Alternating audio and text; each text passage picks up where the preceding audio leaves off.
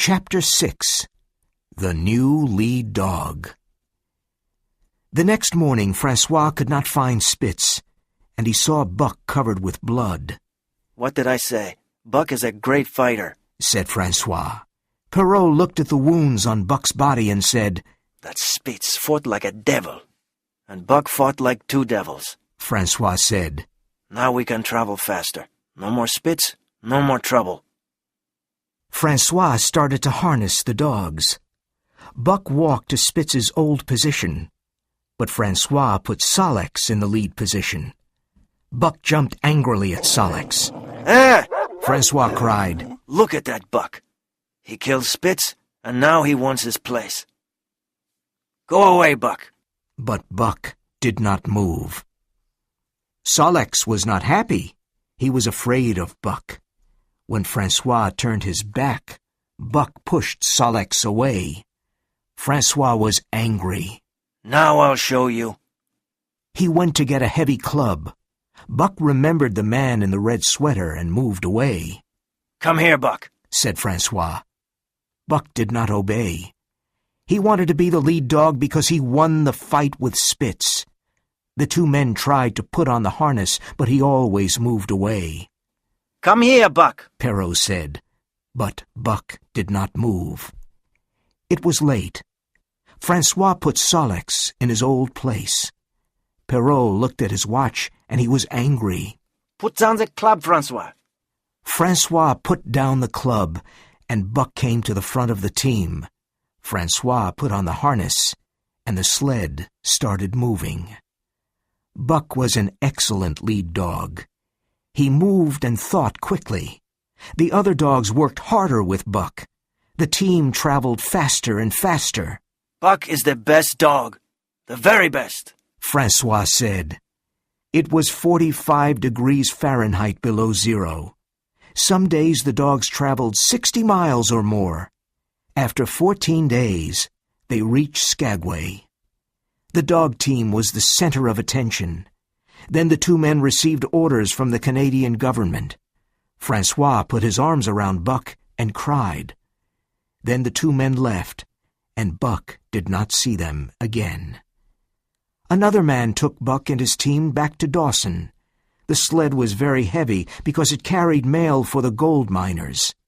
Buck did not like it, but he and the other dogs worked hard. It was not an interesting life. One day was like another. They started before it was light. At night, they camped, and this was the best part of the day. The dogs ate some fish and rested by the fire. Buck loved to rest by the fire. Sometimes he thought of Judge Miller's big house and his life there. He also thought about the man in the red sweater, the death of Curly, and the big fight with Spitz. Other times he remembered his parents, his ancestors, and the world of long ago.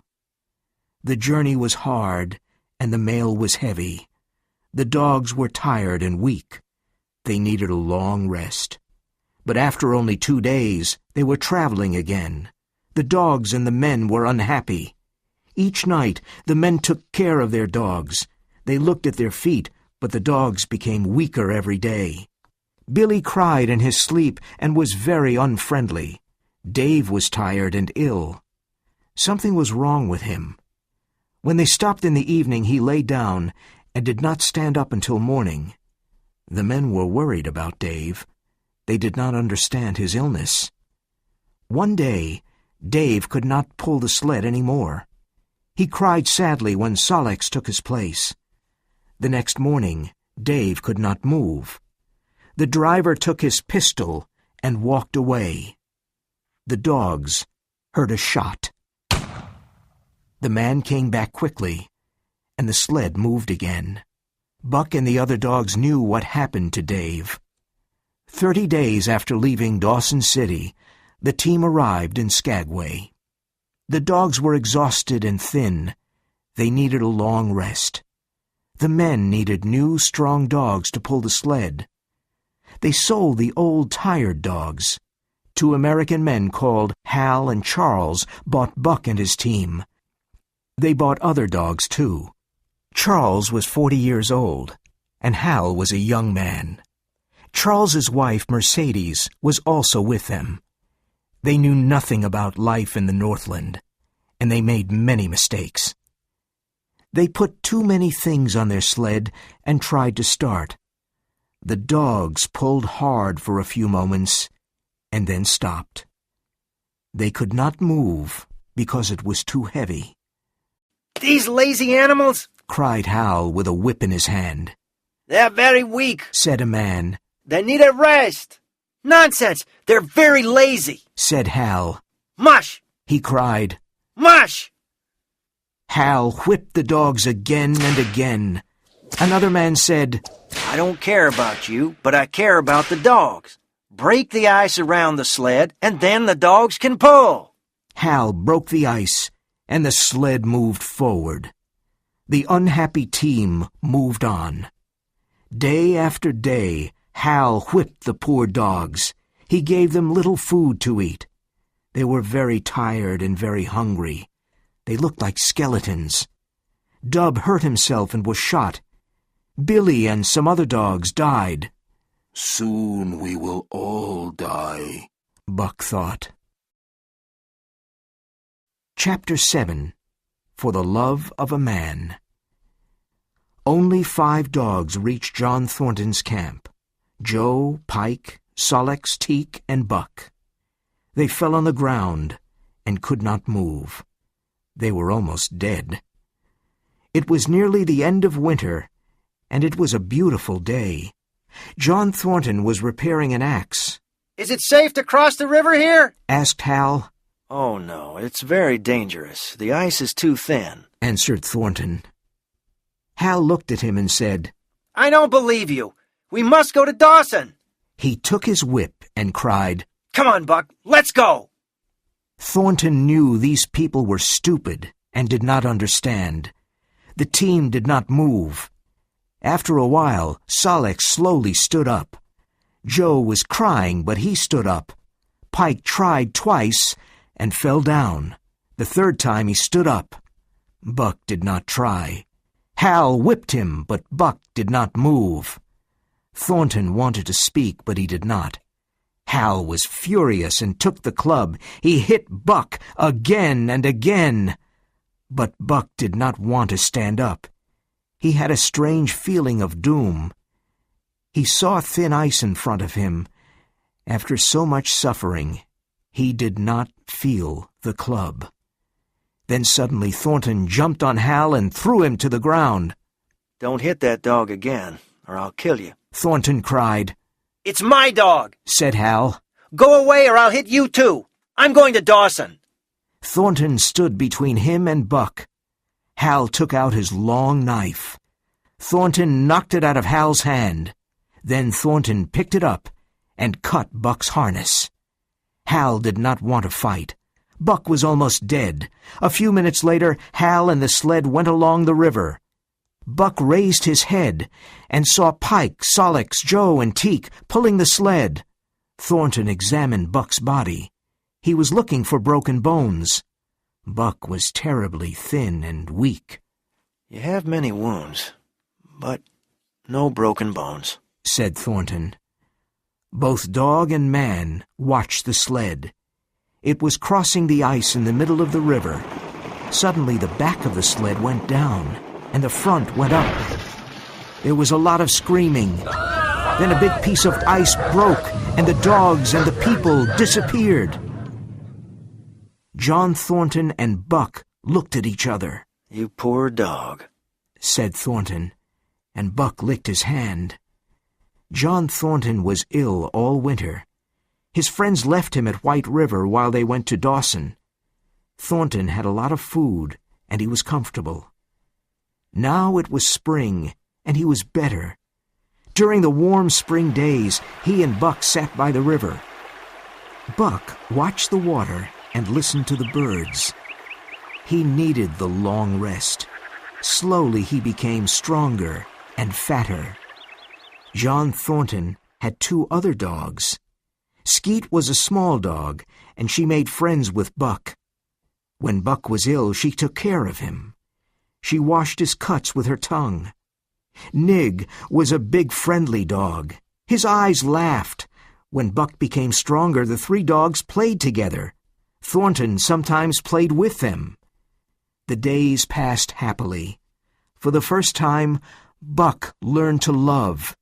He and Judge Miller were very good friends, but Buck did not love him. John Thornton saved Buck's life, and he was the perfect master. He loved his dogs and took good care of them. The dogs were like his children. He always talked to Buck. He took Buck's head between his hands and shook it lovingly. He adored Thornton. When Thornton touched him or spoke to him, he was wild with happiness. He sat near Thornton and looked at his face for hours. At first, Buck followed Thornton everywhere. He did not want Thornton to leave like Francois and Perrault. Buck was very happy with Thornton, but he was a dog of the Northland. He dreamed of other animals and heard them calling him. It was the call of the wild. Sometimes Buck wanted to answer the call. He often went into the forest, but he always returned to Thornton. Buck was not interested in other men. When Thornton's friends Hans and Pete returned, Buck did not notice them. He knew they were Thornton's good friends, and so he accepted them. Hans and Pete saw that Buck loved only Thornton and no one else. He was always happy to obey Thornton. One day, they were in Circle City. Black Burton was a bad and cruel man. He was in a saloon and he was fighting with another man. Thornton tried to stop them. Buck sat in a corner and watched. Burton hit Thornton and he almost fell. There was a loud growl, and Buck jumped into the air at Burton's throat. The man put up his arm and saved his life. Then he fell to the ground with Buck on top of him. Buck bit into his throat. Some people pulled Buck off the man. A doctor arrived and examined Burton's throat. The dog attacked only because Thornton was in danger, someone said. From that day, Buck's name became famous all over the Northland. In the fall of that year, Buck saved Thornton's life another time. The three men were going down the river. Thornton was in the boat, and Hans and Pete were on the riverbank. They were holding the boat with a rope. Buck was on the bank and watched his master. Soon they came to a dangerous part of the river. The boat was going too fast because the current was strong. Hans pulled the rope to stop the boat, but it turned over. Thornton fell into the water. Buck jumped in immediately and swam to his master. Thornton took Buck's tail, and Buck swam bravely towards the riverbank, but they moved slowly because the river pushed them to the rocks. "We can't get to the riverbank because the current is too strong," said Thornton. He held on to a rock and let go of Buck's tail. Then he cried, "Go, Buck, go!" Buck obeyed and swam to the riverbank. Hans and Pete pulled him out of the river. "We must work fast to save Thornton. He's in great danger," said Pete. They tied a rope around Buck, and he jumped into the river again. The river carried him past Thornton, but he finally reached him. Thornton held on to Buck, and Hans and Pete pulled the rope very hard. Thornton and Buck disappeared under the water. When Hans and Pete pulled them out, they both seemed dead, but they slowly opened their eyes. Thornton examined Buck's body and found 3 broken bones. "We must camp here until Buck is better," said Thornton. Chapter 8. The Winner. At Dawson that winter, Buck did something that made him very famous in the Northland. Thornton, Hans, and Pete wanted to go to the east to look for gold, but they needed money. One day, they were at the El Dorado Saloon. "My dog can pull a sled with 500 pounds on it," said one man. Well, my dog can pull 600 pounds, said another man. "Really? Well, my dog can pull 700 pounds, said a third man called Matthewson. "That's nothing," said Thornton. "Buck can pull 1,000 pounds. Can he move the sled when it's frozen to the ice and then pull it 100 yards? asked Matthewson. "Yes, he can," said Thornton. "Well, said Matthewson. I've got $1,000 here, and I say he can't." He took a bag of gold and put it on the table. Nobody spoke. Thornton thought, I know Buck is strong, but is he really so strong? The men at the saloon looked at him silently and waited. Thornton did not have $1,000, and his friends did not either. I've got a sled outside with 1,000 pounds on it, Mathewson said. Do you want to try? Thornton did not know what to say. He looked at all the men. Then he saw his old friend, Jim O'Brien. Can you lend me $1,000, Jim? Thornton said softly. Sure, said O'Brien. but I don't think your dog can do it. Everyone went into the street. A lot of men stood around Mathewson's sled. The sled was frozen to the ice because it was terribly cold. Mathewson was sure Buck could not win and said, I'm paying another $400. What about you? Thornton, Hans, and Pete talked together. They had only $200, and they added them to the $1,000. Buck felt the excitement in the air. He knew he must do something great for Thornton. Buck was in perfect condition. He was a splendid dog. Thornton sat down on the snow next to Buck. He held Buck's head in his hands and spoke softly in his ear. If you love me, Buck. If you love me. Buck understood. He took Thornton's hand between his teeth and then let go. He often did this as a sign of his love. Everyone was silent. Thornton stood up and said, Ready, Buck? Buck pulled on the harness. Right! Cried Thornton. Buck pulled to the right and stopped suddenly.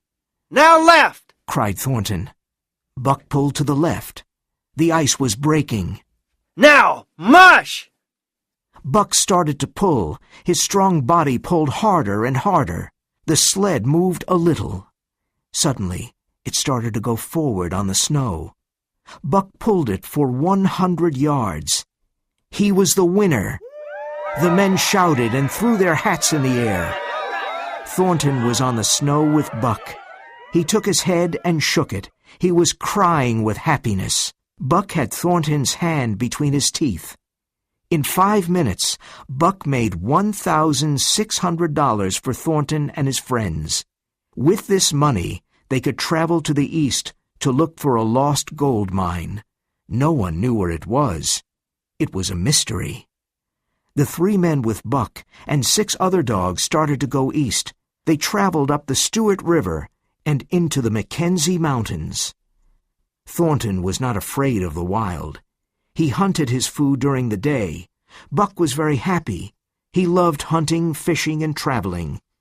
They camped in different places and looked for gold. In the summer, they built small boats and crossed mountain lakes and went down rivers. The months passed, and they continued to travel in the unknown country. In the winter, they found an old cabin, but they did not find the gold mine. Then in the spring, they found a stream with gold in it. It looked like yellow butter.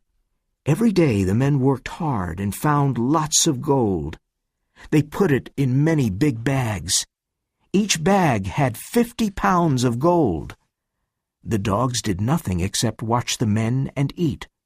Buck spent many hours sitting by the fire and dreaming. Sometimes during the day he heard a call from the forest. He listened and ran off into the forest. He loved running under the tall trees and looking at the birds. One night he woke up suddenly. He heard the call again. It came from the forest, and it was a long howl. He ran into the forest and followed the sound. He came to an open space in the trees and saw a wolf. He was sitting, and his nose was up in the air. He was looking at the sky. Buck walked towards him slowly and silently. The wolf stopped howling and ran away. Buck followed him.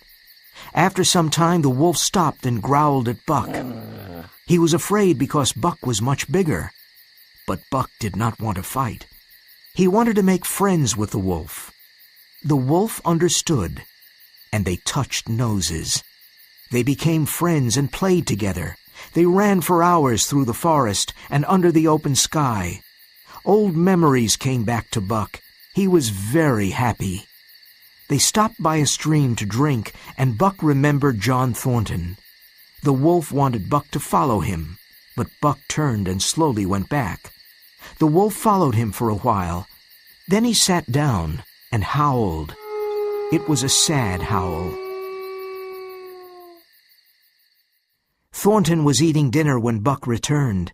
He jumped all over Thornton and licked his face. For 2 days and nights, Buck never left camp. He followed Thornton everywhere, but soon Buck heard the call again. He thought about his wild brother in the forest. Buck began to sleep out at night. He stayed away from camp for 3 or 4 days. Once he stayed away for a week. He looked for his wild brother, but could not find him. He fished in the streams and killed animals for food. Every part of his body was alive and healthy. He was stronger and faster than other dogs. There was so much energy in Buck. One day Buck was going to the forest, and Thornton said, "What a fantastic dog." Hans and Pete agreed. Chapter 9. The Call of the Wild. In the fall, many moose came to the valley because it was warmer. Buck wanted to hunt a big moose. The biggest moose was 6 feet tall and had enormous antlers. He was much bigger and stronger than Buck. When he saw Buck, he growled angrily. Buck followed the moose for many hours. He was clever and thought, I must separate him from his group. It was not easy. But by evening, the moose was away from his group. Buck started to attack him. Wild animals are patient. They do not hurry. They wait for the right moment, and then they attack. Buck knew how to wait. For 4 days, Buck attacked and jumped away. Then he danced in front of the big moose. He never left him alone. The moose could not eat, drink, sleep, or rest. He became very tired and very weak and stopped for long periods. So Buck ate, drank, and rested. At the end of the 4th day, Buck killed the big moose. For a day and a night, he stayed by the dead moose and ate and slept. When he was rested and strong, he decided to return to John Thornton. When Buck was 5 miles from camp, he smelled something strange, something terrible. He started running fast. The forest was silent. There were no birds and no small animals. Near some trees, he found the dead body of Nig. He had an arrow in his body. He found another sled dog with an arrow in his neck. Near the camp, Buck heard voices singing. Then he found Hans' body with arrows in his back. A wild, terrible anger grew in Buck. He could not control his anger. He saw the Yeehat Indians dancing at Thornton's camp, and he suddenly attacked them. He wanted to destroy them. Buck was faster than the wind. He jumped at the Indians with all his strength and anger. He cut the throat of 2 Indians with his sharp teeth. Nothing could stop him, and he killed many Yeehats. He was like a devil. The Indians escaped into the forest, but Buck followed them. When Buck returned to the camp, he found Pete's body. He followed Thornton's smell to a pool. Buck knew Thornton's body was in the pool. He stayed by the pool all day. He knew John Thornton was dead. Now, he was very sad and alone. When he looked at the dead Yeehats, he was proud of himself. That night there was a full moon. Buck heard the sounds of the forest. They became louder. It was the call of the wild, and he was ready to obey. John Thornton was dead. He was completely free. A wolf pack entered Buck's valley. He watched them silently. They were afraid because Buck was so big.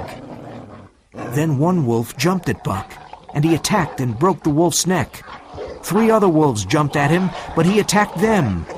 Finally, all the wolf pack attacked Buck. He jumped at them with his great strength and intelligence. They could not stop him. After half an hour, the pack went away. They were very tired. One wolf was friendly and went close to Buck. Buck remembered him. It was his wild brother. They touched noses.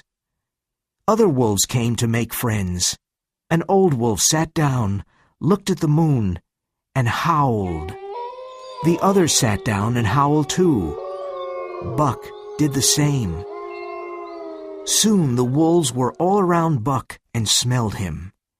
Then they ran into the forest, and Buck ran with them. His wild brother ran by his side. Perhaps this is the end of Buck's story. But after a few years, the Yehat Indians saw that some wolves had brown in their gray coats. They also saw a ghost dog at the front of the wolf pack. When the Yehats follow the moose, they do not enter a certain valley. In the summer, there is a visitor in that valley, a big, golden brown wolf. He is bigger than any other wolf. He goes to a yellow stream, stops there, and then howls. But he is not always alone. He is the leader of the wolf pack. He runs in the moonlight and sings the song of the pack.